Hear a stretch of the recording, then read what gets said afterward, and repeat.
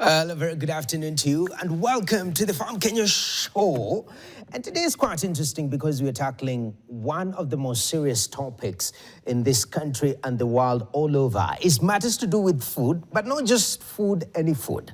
It's food loss and waste. Now, just to give you some statistics to sort of lay the foundation of our conversation today, an estimated 13% of food that is equivalent to 1.25 billion tons was lost globally after harvest and prior to reaching retail shelves. And this is FAO data.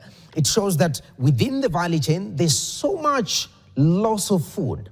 Now remember, I don't know whether you've ever slept hungry. That's a question that people are asked. Imagine we're losing 1.25 billion tons of food in the value chain before reaching the shelves. Also, another statistic.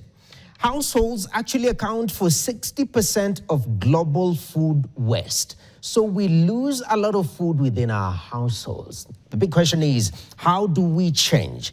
And this is in line with the International Day of Awareness of Food Loss and Waste. And this particular year, it was marked actually on the 29th in Kisumu. Kisumu City, Kisumu County hosted that. And we are following up with this wonderful discussion. I have a heavy panel today. And to start us off all the way from Kisumu, is joining us virtually is Professor Michael Oloko, who is Associate Professor, School of Engineering and Technology at Jaramogi Oginga Odinga University of Science and Technology. And people call the acronym JUST, okay? They are well juiced and vast in this particular topic. Also in studio, from the very far end, we have Dr. Beatrice Kiage, who's research scientist in nutrition and food systems at Africa Population and Health Research Center. We also have Moses Nyoro, right at the center, Director Business Development at the Food Banking Kenya. And lastly, we have Zipra Maina, Retail Trade Association of Kenya, that is RETRAC, program lead on food waste redistribution. So the panel is well loaded, well balanced. When it comes to gender, it is 50-50. This has always been the idea. Guys, welcome to this discussion. Good to have you. I'd like to start with Professor all the way from Kisumu. I mean, Kisumu County hosted this year's celebration. Is this a pertinent issue as much as globally we are losing a lot of food, Prof? In Kisumu, is it a concern from the county level when it comes to matters food loss and waste, even as you hosted this year's celebrations?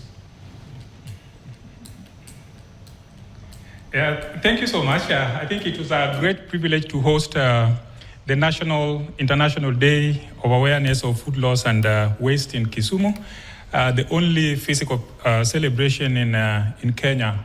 It was a privilege, and I can say from where I stand, from the research perspective from Jaramogi Oginga Odinga University of Science and Technology, it is based on the kind of research that we are handling at the university. For now, what has prompted this is an EU-funded project, Free Food Links, that has 24 partners involving 65 cities spread across Europe and Africa. And this project is giving this a global outlook, enabling us to engage with the issues of global nature. Okay. Yes. And it's important you've brought that because partnerships is very important. That's why even on the panel today, we have different stakeholders to bring the discussion from different perspectives. I want to bring in Dr. Beatrice Kiage from Africa Population and Health Research Center, APHRC. I mean, Dr. just looking at the statistics that I've mentioned earlier, we are losing a lot of food. I mean, does this, because I know you guys do population and research, and food security is a problem globally. At the same time, you're losing too much food. What is happening here? Thank you very much, Noah. Food loss and waste is a global problem. And when we look at even Kenya, we have food insecurity at around 28%. And we are losing, a lot of, you had that households lose up to 60%. So it is a problem. But when you're looking at food loss and waste, this is, when you're looking at it, we are looking at it like it's not just food that is being wasted. This means that children are going hungry, they're getting malnourished, and apart from that, we are also harming our planet. Because when we look at greenhouse emissions that come from all the food that we waste that ends up in the landfills, it contributes to around 8 to 10%, of greenhouse emissions. Actually, if food loss and waste was to be a country, it would be a third one after USA, and China. So it is a big thing. And yet, we are wasting all this food, and yet we have people going hungry. So at APHRC, this is something that it's research that we're really looking at, because we feel that we need to contribute something, because at APHRC, we look at research and evidence that translates into policy and all that. Okay. And we work with communities, So if communities are hungry, if we are having a lot of food loss and food waste, we look at that. So we are looking at how can we contribute, because we know that in a small way, we can be able to contribute towards changing this story. Okay. Yes. That's very important, and we'll come to that in regards to some of the interventions that we need to make to prevent these losses. But Moses, you are from the food bank in Kenya. Yes. And it sounds very fancy, food banking. We bank food, yeah? Talk to me a little bit about this number. 60% we're losing a lot of our foods within our household, but also a good percentage even within the value chain. They don't get to the shelf. Globally, we're losing close to 1.25 billion tons of food. How do you interpret this data from where you sit from a food bank perspective? Thank you so much, Noah, for that question. First of all, it's important to note that when we talk about food loss, it is affecting different sectors. But over the years, it's not been a topic that people have ventured into a lot. It's only in recent years that we've started going into aspects of food loss and waste. And one of the reasons why we came into this, for instance, as Food Bank in Kenya, is because we realized when we started, we were actually just giving food the way you can just decide to support some people. But as we were doing it, we discovered there's so many people who are not getting all the meals that they need to get, the nutritional food that they need to get. And so we realized that we need to look for a way to actually reach these people so that they can get something, to eat, redistribute what could actually go to loss. Because a lot of these people may not even afford to buy nutritious food. But now, as you're asking that, the impact of food loss and waste is major. Number one, economically, it has a very big impact. Because if you're losing food, you're also losing money. And it affects food security. Because it means that the economy, the people who are producing this food also, are not getting all the revenue they need to get for the food that they're actually producing. So you find that some people are making losses because they produced food, but a lot of that food got lost and it didn't go to the market. So then it becomes difficult for them to continue with the cycle of production. At the same time, when food is lost, we have a lot of impact on climate. For instance, when you have methane released into the atmosphere, and actually methane released from food losses, especially from wet foods, it lasts in the atmosphere for 13 years and it continues to affect people around the communities where that food is actually lost.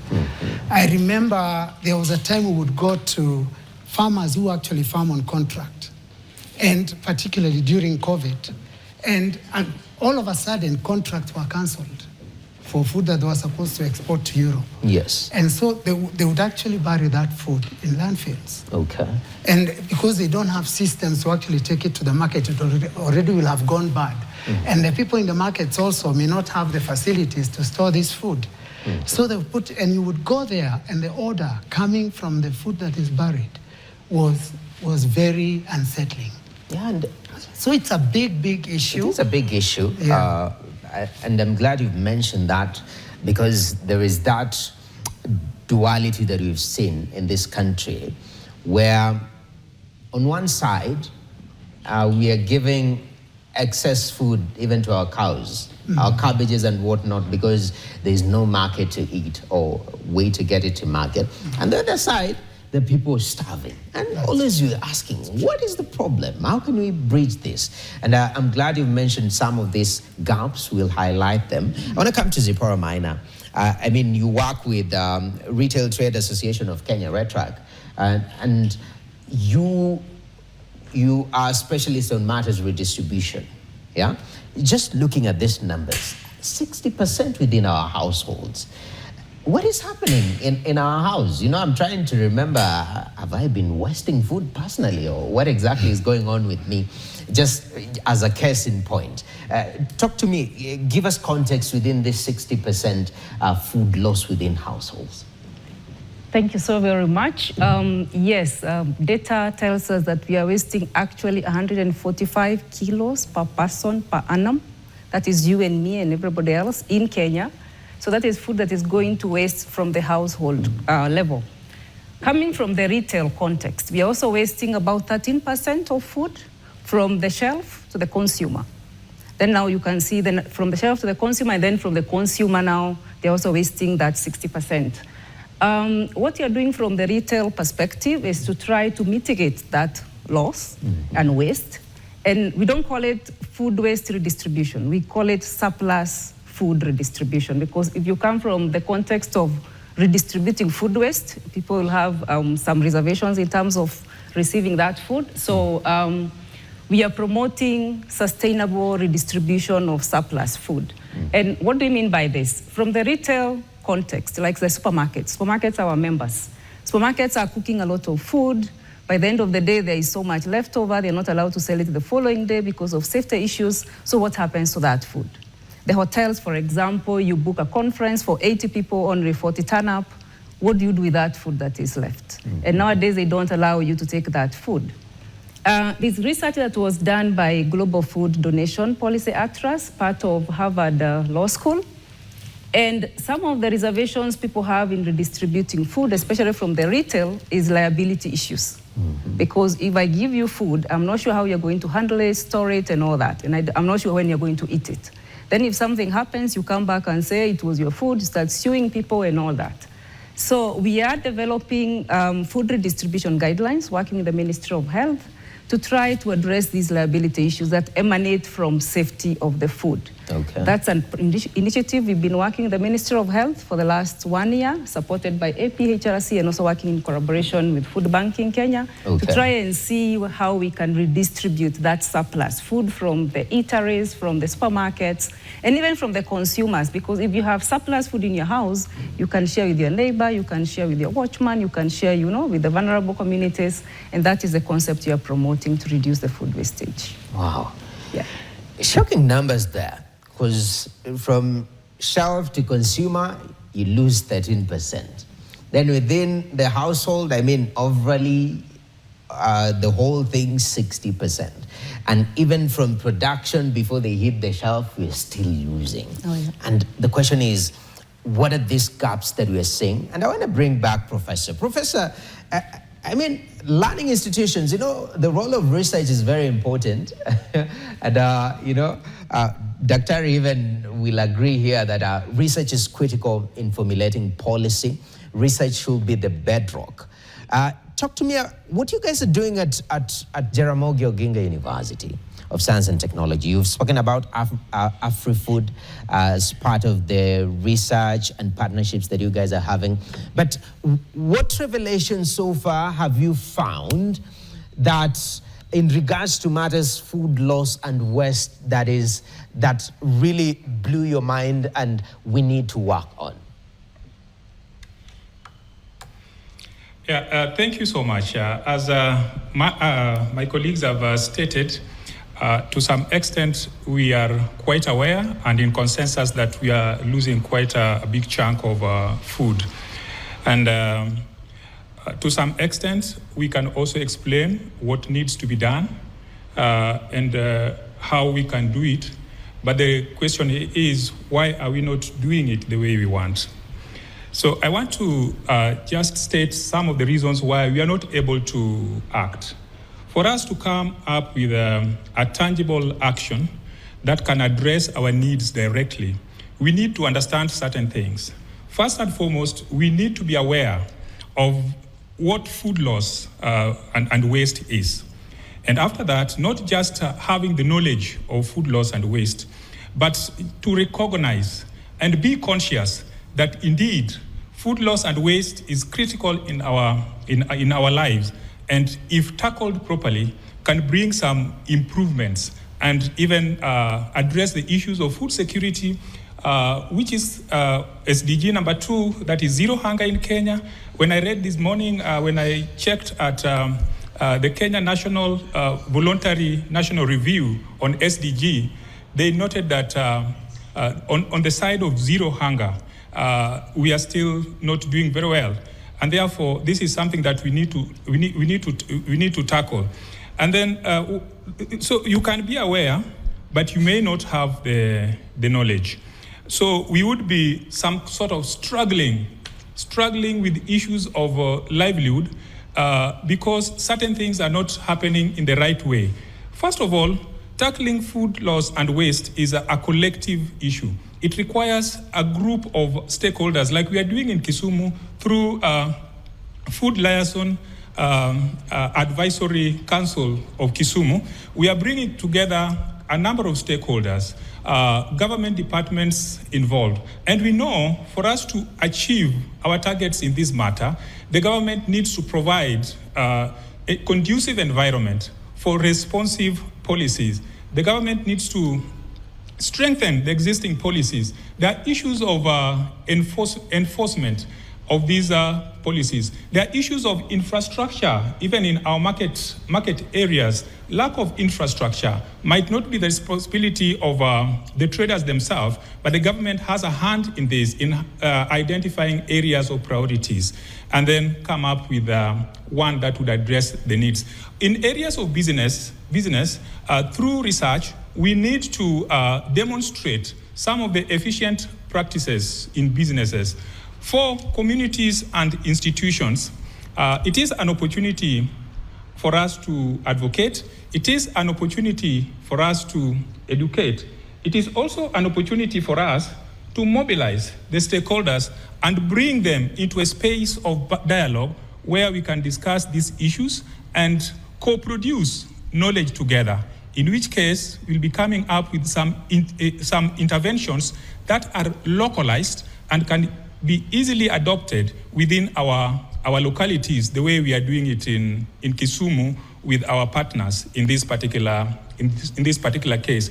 And also at the global level, we need to understand which are the critical areas that are being handled at globally. There are issues of food loss and waste. We know this appears under SDG number 12 and target 12.3, which calls us for responsible production and consumption. And therefore, it is a call, even as we celebrate this International Day of Food Loss and Waste, it is an international call that institutions operating at international level should do their part. Institutions at national level should also do their part. Institutions at the county level, in this case Kenya, should also do their part. And we are tracking this process with the county government of Kisumu through the Department of Agriculture. At the local level, this needs to be cascaded. And this is why we are coming up with some localized interventions in some of the markets in Kisumu through the AfriFood Links project. So overall, we need to understand how action comes about. Is because of awareness, and not just awareness, is being conscious of what you are doing and knowing that this is intended for a particular purpose. It is an intentional thing that we have to generate knowledge. So the research institutions and other relevant institutions like APHRC, University of Nairobi, like we have been dealing here with some of our colleagues from there, we need to engage the community and all other stakeholders to make sure that the knowledge that we generate in terms of the data, in terms of how this technology should evolve as far as this is concerned, is up to date and easily acceptable by the people at the lowest level. Definitely. And I'm glad, Dr. Beatrice, I mean, we've spoken about the role of research, and you specialize in food systems. And just looking at the Kenyan food systems, let's start from production. Because right from production, we start experiencing food loss and waste. What is happening there? What gaps are we seeing at the production level that sort of we can make interventions to cut down on these losses and wastage? Thank you very much for that question.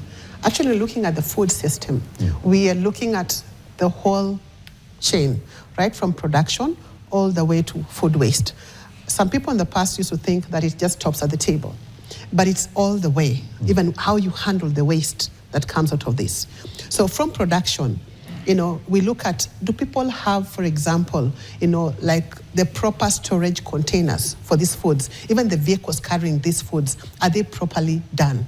Because when that is not done, then that means that some food is going to get bruised, so it ends up not really meeting market, standards, so it will be wasted. And then sometimes, some of these foods needs even like cold storage to be able to carry it through the market.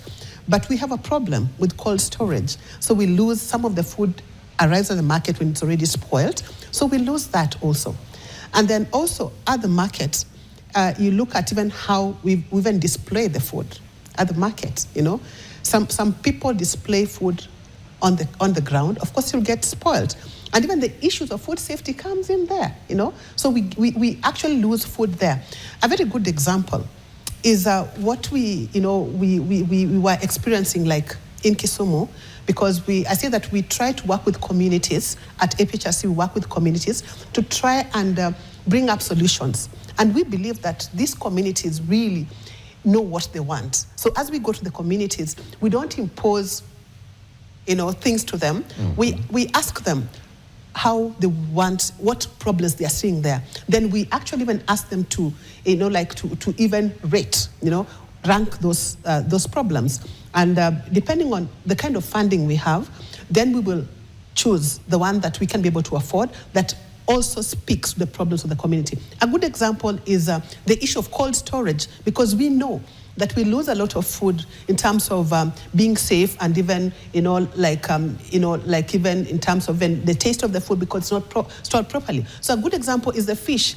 And we went to there's an informal market in Kisumu known as Obunga Market. It is in Nyalenda, which is really an informal settlement area, and they deal with a lot of fish products. And we realized that a lot of this really goes into waste because they don't have storage for this. So after we went there and were able to speak, because we engaged the communities, so we spoke to them and they gave us their problems. And top on that list was the issue of cold storage.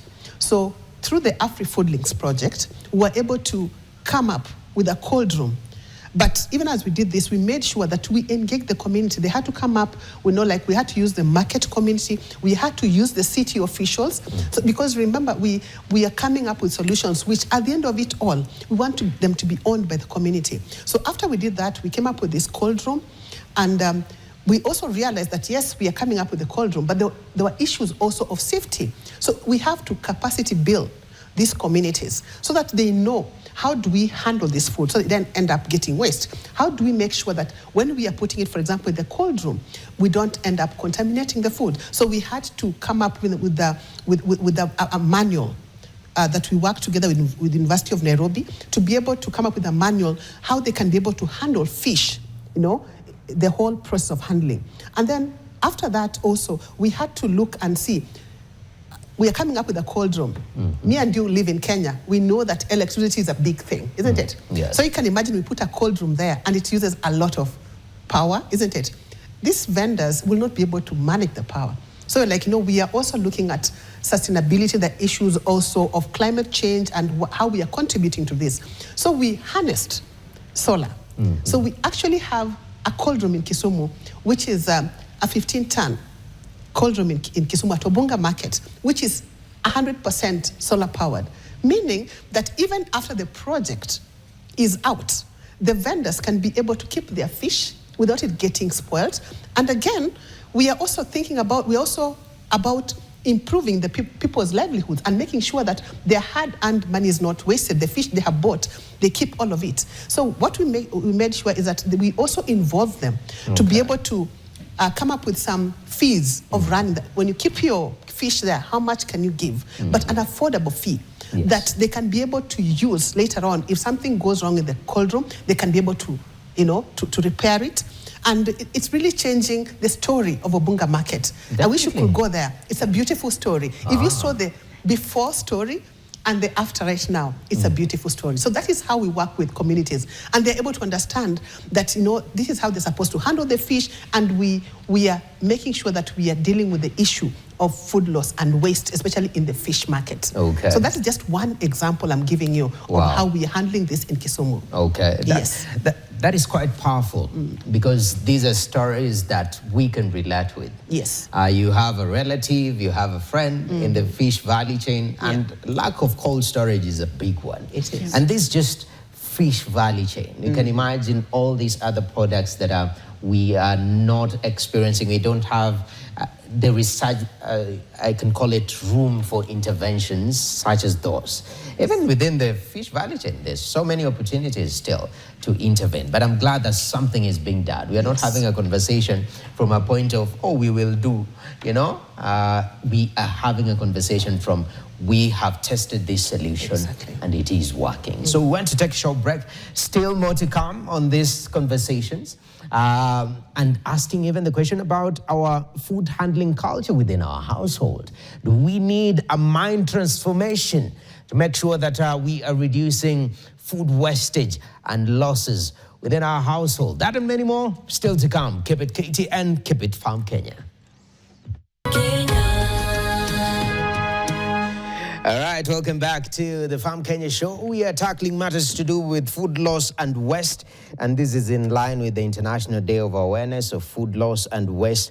And the theme was stopping food waste and loss, and it starts with you and me. There is a personal element to it. We have a very powerful panel. If I told you just joining us, Professor Michael Oloko is Associate Professor, School of Engineering at Jaramogi Oginga Odinga University of Science and Technology. We also have Dr. Beatrice Kiage, research scientist from APHRC. We also have Mr. Moses Nyoro, who is the Director of Business Development at Food Banking Kenya, and Zipporah Maina, who is the Program Lead on Food Waste Distribution at RETRAC, that is Retail Trade Association of Kenya.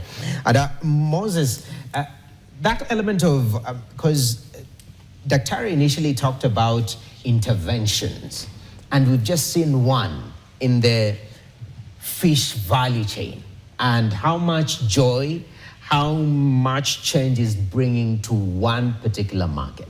From where you sit, because initially you said that you're just distributing food, and later on you realize actually there is more that you can do. Talk to me about solutions, interventions that we need to make sure that our food loss and waste goes down. Thank you very much, Noah. And we've actually done a few things since we started as Food Bank in Kenya. Particularly when we realized that so much food is going to loss, we started looking for ways that we can bring solutions to this particular space of food loss and waste. And one of the things, and something that you alluded to at the beginning, is that food was actually being given to animals. I remember one time when there was just a short while ago, 3 years ago, to last year, there was a time that there was a drought in the country. And we were recovering vegetables in places like Nyandarua. And because they were still there in quite a number of places, and we'd take them to places like Kajiado. We took vegetables to Turkana. Now, what was interesting was that the awareness. The people we took to in 2 different areas, they were very happy that we've taken cabbages and those kinds of things. They were saying that their cattle are so hungry, they need to eat fast before they themselves start looking for the food to eat. And so we needed to start creating awareness. Because as a professor was saying a short while ago, and even Dr. Beatrice has actually alluded to it, there is lack of information on exactly, number one, how people handle food. And so one of the things we've been doing is creating awareness that people need to actually take care of the food that is actually not going to the market, so that instead of going to waste, that food can actually be repurposed to people who really need that food. And so in the last 3 years, for instance, we've been able to recover over 3 million kilograms of food. And 85% of that food has come from the agricultural sector, coming from commercial farmers who farm on contract, coming from pack houses who are exporting, and some of the things they don't export is very good food, but because of cosmetic standards, like if a fine bean is bent a bit, you cannot actually export it, or we also get it from the small-scale farmers. And what we did to encourage the small-scale farmers to actually give us some of the vegetables that they have planted and they are not finding market for it before it goes bad, was to actually start a kind of a barter system where we recover food, dry foods from other sectors, including retail outlets, and we take to them the dry foods. And they become so willing to actually bring the vegetables that they are growing so that they don't go to loss. And they're happy when they get a packet of unga. They are so happy to bring the vegetables, even 50 kilos, 60 kilos. And when you aggregate that, it comes to a lot of food that we actually get from small-scale farmers in different counties. At the same time, we have actually leveraged on technology. And now we've leveraged on technology. We have actually started using solar dehydrators, so that the vegetables that are highly perishable, once they are dehydrated, they can last up to 18 months and still be consumed. Now, the only catch there is that we still need to create a lot of awareness, because a lot of Kenyans see a vegetable that is dried and they are like, this should not come to my kitchen, you know. So it is something that we've actually been creating awareness so that people can actually accept to consume the dried vegetables. But that is also reducing food loss and waste, because at least we are able to extend the shelf life of the vegetables. At the same time, we've put up containers. Like, for instance, in the commercial farms, we have, in Naivasha, we have a cooler which can take up to 30 tons of vegetables, where when they realize that they cannot take some vegetables to the market, they actually bring them to the place, and then our trucks can go and collect that food and bring it when it's still in a very good condition. Because the idea is to make sure that we are actually reducing that.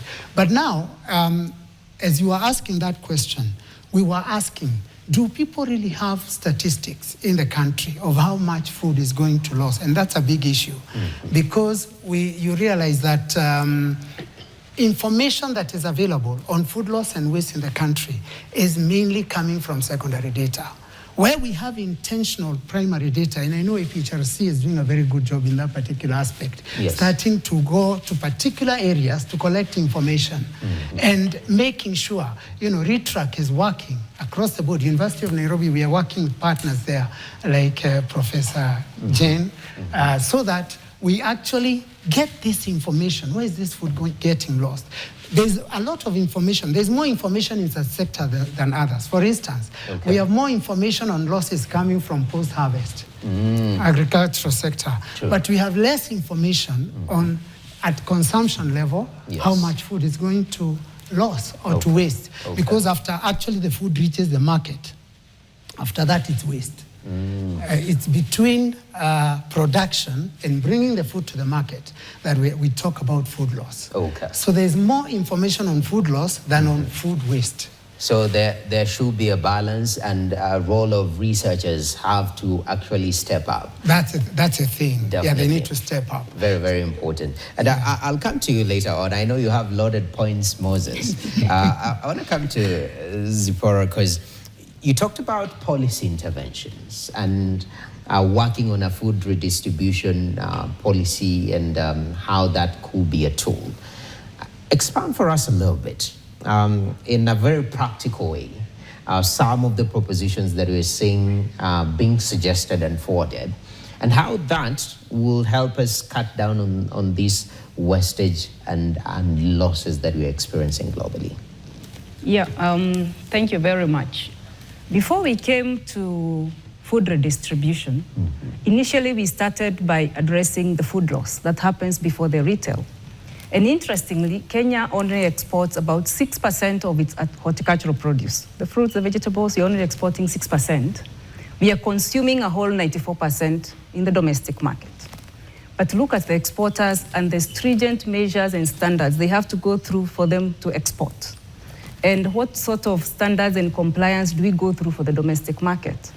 So we engaged the supermarkets and their entire supply chain to ensure that we engage the farmers, the aggregators, the consolidators up to the retail level to ensure that the produce that is coming to the supermarket is as good quality as what is being exported, and also it is safe for human consumption. So in promoting good agricultural practices, the farmers are able to reduce their losses and also reduce the resources that are being put in place to produce. And then after now, we ensure that we have quality produce at the retail level.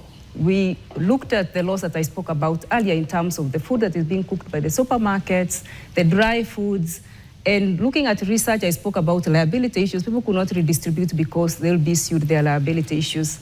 Then there are food safety issues.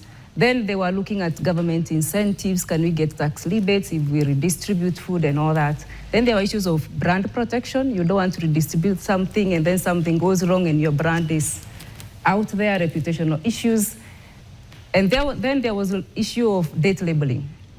And date labeling, what do I mean? If you go to supermarkets, you see products with best before, expiry, sell by.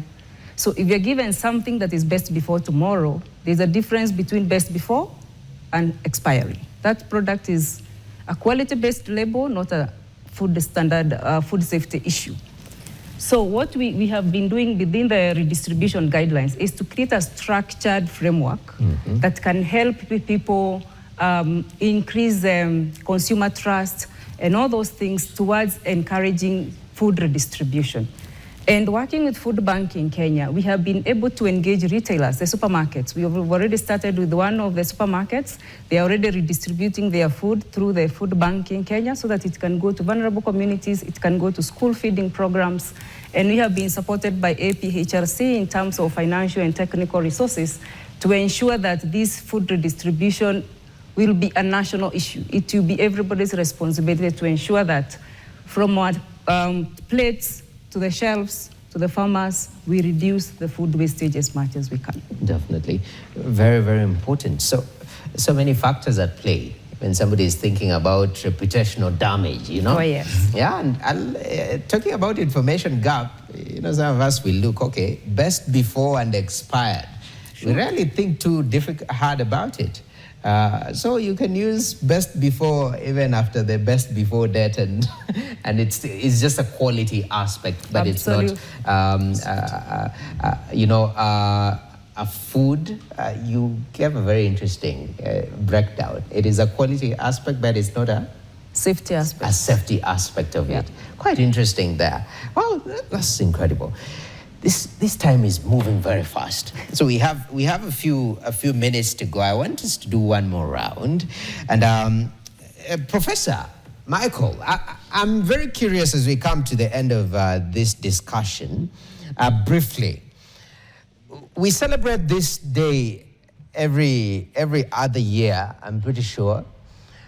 You say that this actually has been very instrumental because Kisumu has hosted, and even some of the interventions are quite clear. Some of they've come quite openly on the interventions within the county.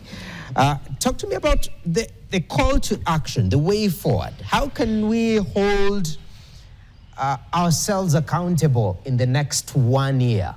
Are there targets that we've set from this celebration? Are there outcomes that we've put against ourselves to say that we should do this at least by this particular timeline moving forward from this whole engagement? Professor? Yeah, thank you so much. When it comes to targets on critical issues like food loss and waste, as we have noted that at individual level, we lose 99 kilograms of food per year. And we know as far as the targets by the SDG is concerned, target number 12.3, it says that we should bring it to half. We should bring it to half by the end of 2030. But that is the global target. At our own individual level, we need to set our own targets. What do you really need to do within your household? What do you need to do as an individual? To what extent can you do this? Noah, I want to bring you to where we started all this. With this project, we have learned quite a lot in a number of areas. We started by having the State of the City Food System report for Kisumu City. And remember, I mentioned we're doing this in 65 other cities across Africa and Europe. And we were able to identify some of the areas of need. And the areas that we have targeted for intervention, for example, Obunga Papmbuta, the areas of food environments like the markets of Kibuye and Jubilee, these were identified. These were identified in this report, and we are going deep to understand how we can come up with the interventions in these cities. What I'm saying is that another way of doing this, and what we are doing in Kisumu, what we identified, there are challenges with areas of governance within the urban food system of the city. And this happens in also other cities. We were able to learn some of the good practices in other cities. And just to mention, some of the cities that we are engaging with have some good practices. They call it as the food parliament, where the stakeholders are able to come together in a form of parliament so that they can discuss issues that are affecting them. There's also the food desk that we are planning. If we can engage the county of Kisumu so that we can have it, we'll be able to get information in this area. But I would want to also say that we have come from far. We need to understand some of the grassroots knowledge that has brought us to this level. The traders in Obunga are very bright in their own way, in that they were dealing with the fish remains from the factories, and they were able to convert it into food. So in our report, we identified that this is an area of intervention, and they have remained very strong in this area. And up to this point, that's why we identified it, and we have, through the APHRC, we have a cold storage in that area. Okay. Another area within the governance, Professor, we are working with I said we are having the multi-stake, yes. Yes. I know there are quite thematic areas. If you can just be brief so that we also give the rest of the panel an opportunity to close up as we finish. Yes, so I want to say that it is a call for all of us to come together and work together, just as the call of the International Day of Awareness of Food Loss and Waste, that we expand and strengthen our efforts. This is a very good way of tackling the issues of food waste. It's also a very good way of discussing, dialoguing, and coming up with the solutions, generating knowledge that can help our problems. Definitely. Thank you very much, Professor Michael. Dr. Beatrice, in less than a minute, talk to me about the intervention, the call to action rather, from celebration year after year. What next? After we've discussed this, what are we holding ourselves accountable to, at least to make progress in this area? Thank you so much, Noah. I think what I'd like to say is that each and every one of us is responsible for changing this story of food loss and waste. Remember that as you're even serving that food at home, in your kitchen, just serve what you need. And I think it's also a call for us to be more generous. You don't need to throw that food in the dustbin. it can go to a neighbor, it can be recollected and redistributed. And remember that every food that you're saving a life, you're saving livelihoods, and also you're saving our planet. Because remember that sometimes we think that we're doing nothing, but those small drops that you're putting, they'll fill in the bucket. So it starts with all of us. Definitely. And the time to start is today and now to make a change in the planet. It's today and now. And it's the little things that makes a difference. Exactly. Difference rather. Moses, call to action as a banker. Should we bank more food? What do you call to us? How do we hold ourselves accountable moving forward? Briefly, in less than 30 seconds. Thank you. I think this needs all of us to come on board. I know the government has taken an initiative with a post-harvest management strategy that's supposed to run from 2024 to 2030, but there are still scanty ways of monitoring the progress made in that particular space. But it requires both the government and the private sector to come together so that, number one, we collect as much information as possible so that we are acting on information that is credible, that is authentic across the supply chain. And at the same time, we are able to repurpose food. Good food should never be taken away from us as humans. Okay. It should always go to humans so that it is repurposed and goes to where it should go. Definitely. Very, very important. Don't waste any food. Please repurpose it and let it be consumed. Okay, Zipporah, I know there is policy. You've said it's in the works. I don't know whether it will continue being in the works. Give us timelines, what we are working with, even moving forward so that we see a layer of intervention towards countering food waste and loss. Yeah, thank you very much. The guideline is at piloting stage. We are piloting with the retail supply chain nationally. And we hope to finish the pilot before December so that we can go to full implementation from January next year. Over and above that, we are pushing for consumer awareness. Consumer awareness. Let's stop wasting food.